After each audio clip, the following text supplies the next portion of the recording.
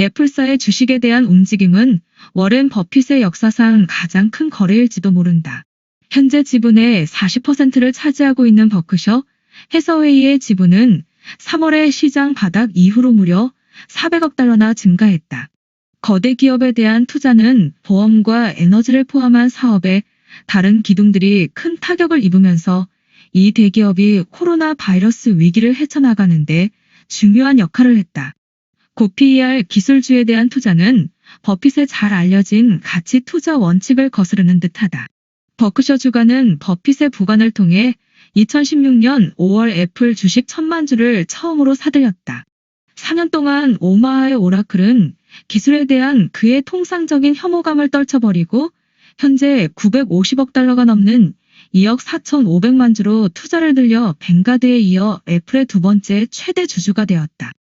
이 지분은 2019년 연간 서한에 근거한 추정치에 따르면 버크셔 주가로 약 350억 달러, 즉 주당 141달러가 소요되었다. 따라서 이는 대유행 기간 동안 항공사들의 주식이 급락하기 전에 구제 금융을 받은 것에 대해 많은 비난을 받았던 오마하의 얼거. 이 전체적으로 그의 돈을 2배 이상 벌었고 애플에서 600억 달러를 벌었다는 것을 의미합니다. CFRA 연구소의 연구원인 카세스터프는 CNBC와의 인터뷰에서 그가 자신의 주장을 굽히지 않고 가치 있는 주식만 샀다면 그 포트폴리오는 잘 되지 못했을 것이라고 말했다. 결국 주주들은 이 움직임에 박수를 보낼 것입니다. 애플의 주가는 지난달에만 10% 이상 올라 2020년에는 32% 이상 상승했다. 수요일 150억 달러에 달하는 아일랜드 세금을 둘러싼 분쟁으로 유럽위원회를 상대로 한 획기적인 법정 소송에서 승리함에 따라 주가가 또다시 상승했다. 세이퍼트는 버크셔의 보험업을 언급하며 그는 매우 크고 긴 재보험 위험을 관리하고 있다. 고 말했다. 돈을 지불해야 한다는 주장들이 있고 그는 그것을 위해 파우더를 건조하게 유지할 필요가 있었어요. 버크셔 클래스 A의 주가는 수요일 현재 각각 6% 이상 상승한 28만 5,520달러로 2020년의 손실을 약 15%로 줄였다. 주가가 1, 4분기에 거의 20% 하락했다. 세 번째로 큰 사업. 버크셔 주가는 애플을 사기 전에 재정과 소비자 놀이에 집중되어 있었다. 결과적으로 버핏은 마지막 강세 시장을 이끈 빅테크의 거대한 경쟁을 놓쳤다.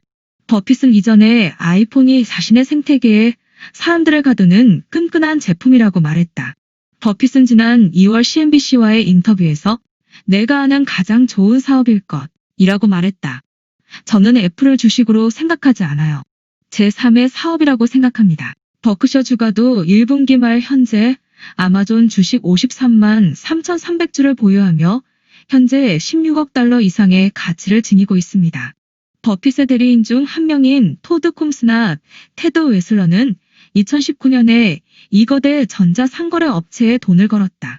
버핏은 몇 달 전 코로나 바이러스로 인한 산업의 근본적인 변화 때문에 40억 달러 상당의 자신의 항공사 투자금 전부를 매도했다고 발표했을 때 눈살을 찌푸렸다. 이번 거래로 큰 손실을 입어 비난을 받은 이 투자자에게는 드문 조치였다. 경제가 부분적으로 회복됨에 따라 버크셔 주가가 크게 반등하기 전에 항공사 지분을 포기했다.